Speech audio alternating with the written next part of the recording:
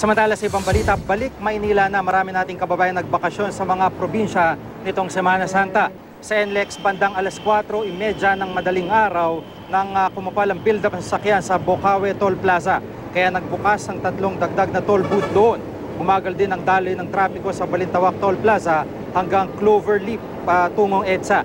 Bandang alas 6 naman nang magsimula ang light to moderate traffic sa SLEX, partikular sa northbound ng Ayala Toll Plaza, nadaanan ng mga sasakyang pabalik ng Maynila.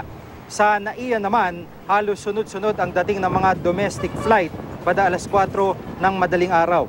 May mga nantalang flight dahil sa siksikan sa paliparan.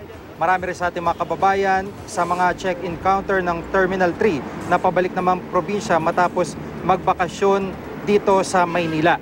Mapapansin daw na marami sa mga nagbakasyon sa mga probinsya kahapon pa lang ay nag-uwian na, gaya ng mga pasahero sa ilang terminal sa Dagupan City na kahapon pa lang ay nagtungo na doon para makasakay ng bus. Marami rin pasahero sa mga pantalan sa Cebu.